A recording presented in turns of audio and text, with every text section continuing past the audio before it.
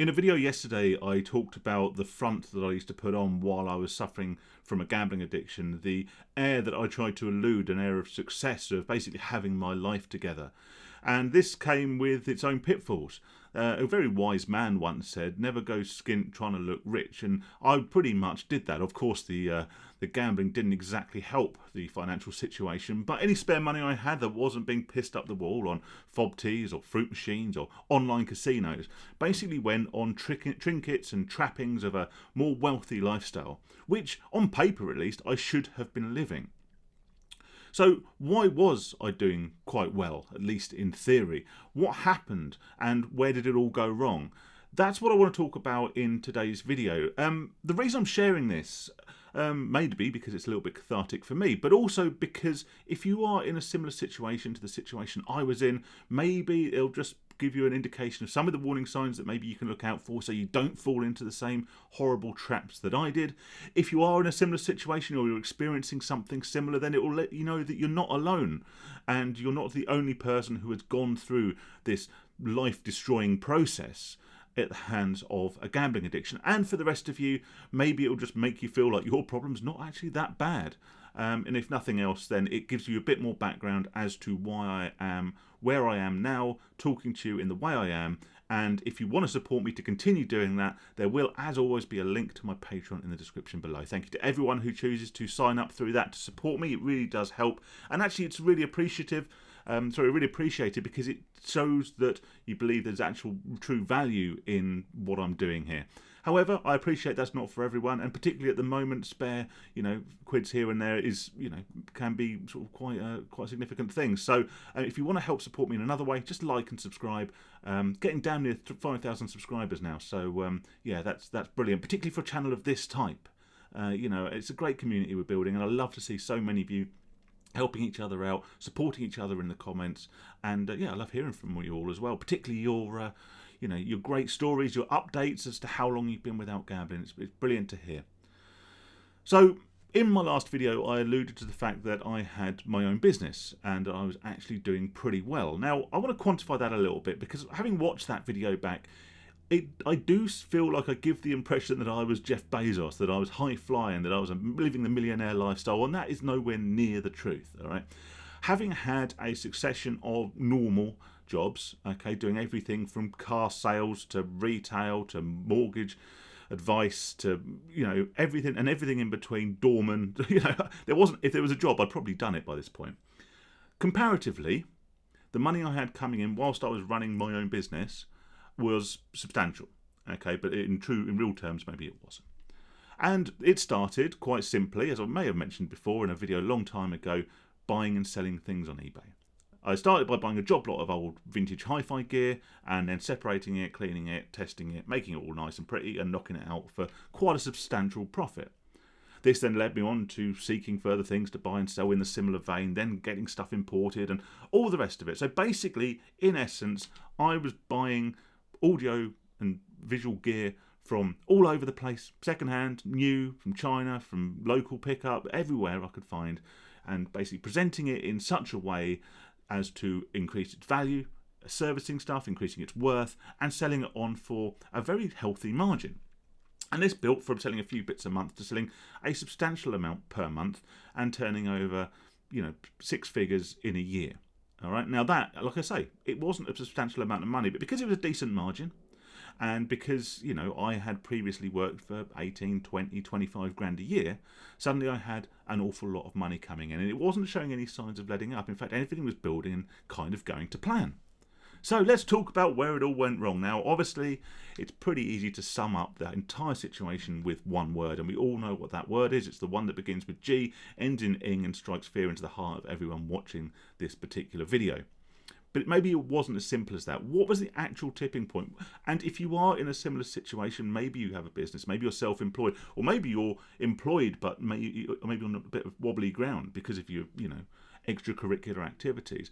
Maybe these can be things to look out for. Now, the biggest problem and the overwhelming issue with having a company or running a business of that type is that you need to maintain cash flow. The other problem with that business, particularly for someone who is susceptible to addiction and is absolutely terrible with money, as I always have been, even prior to gambling addiction, even as a child, my pocket money was gone within a day of me getting it. I've always been pretty rubbish at keeping hold of cash. So when you are suddenly entrusted to large quantities of cash and working capital that you have access to, and you are sole director and you have exclusive access to these pots of money, it's basically a recipe for disaster. And I was very, very good for a while. I used to pay myself a dividend, I used to use that like a wage, and I used to effectively dispose of my disposable income every week. And a lot of that obviously went on gambling, amongst other trinkets and other things. And then one day, this is the nuts and bolts of the story as to how it all started going wrong. One day I was playing a fruit machine in a pub. It compensated by a £100 jackpot. Or was it 70? I think it was 70, but it doesn't matter. That's a kind of academic, isn't it? And I went to go and get some more cash out because I didn't have that much cash on me, and I didn't have any money left in my personal playing about, messing it about, pissing up the wall account, which is effectively what I used to use my current account for. That was my money to go out and spend and blow and enjoy and spend on stupid stuff. And I didn't want to leave the machine. It was compensated. I wanted to get that jackpot. So I had my business card on me. And for the first time ever, aside from paying myself regular dividends, I thought, well, what I'll do is I'll just get, 100 quid of cash out. And then what I'll do is I'll pay it back out my next dividend. I'll just take a little bit less. And, we're back to parity. And as it happened, I think that £100 probably got me quite a lot of my money back, maybe even yielded a small profit. But obviously I had that cash then in my wallet. Once that cash was in my pocket, in my wallet, it was destined to only go one of two ways. Either to be used to buy something stupid or to be spent on gambling. And the latter was far, far more likely. And that is exactly what happened in this instance.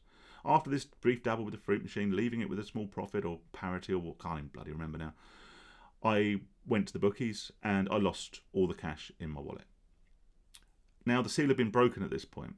At this point, this meticulous, regimented method of keeping my personal funds, my earnings, my dividends separate from business working capital, that line had been crossed, albeit in a very minor and inconsequential way. £100 wasn't going to cause any major issues. It wasn't going to cause any issues at all.